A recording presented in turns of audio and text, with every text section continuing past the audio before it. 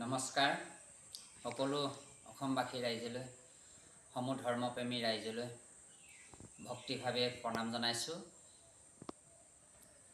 17 বহাগ 1 মে দিনাখন আমাৰ এই ডিব্ৰুগড় খুৰাং 2 নং শিলপুটা ডেকা আলি মহিমা মণ্ডিতা এই আইথানত শ্ৰী শ্ৰী বিষ্ণু শিৱ গণেশ আই নভনী থানত সপ্তম বৈকুণ্ঠ সিংহাসন প্ৰতিষ্ঠা কৰা হ'ব।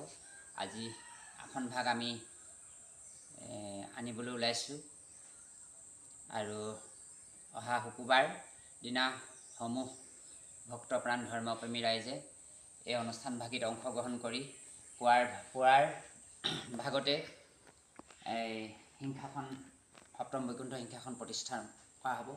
শৰাইৰ পূৰণ, নাম প্ৰসংগ, সবহুৱা নাম, দিহানামেৰে দিন যোৱা কাৰ্যসূচী চলি থাকিব আৰু নিশা ভাগলৈ আপোনালোকৰ আগত প্ৰদৰ্শন কৰা হ'ব শ্ৰীকৃষ্ণ বৈকুণ্ঠ প্ৰাণ কলি দিগ্বিজয় অকাল দৈত্যবধৰ এই নাটভাগী।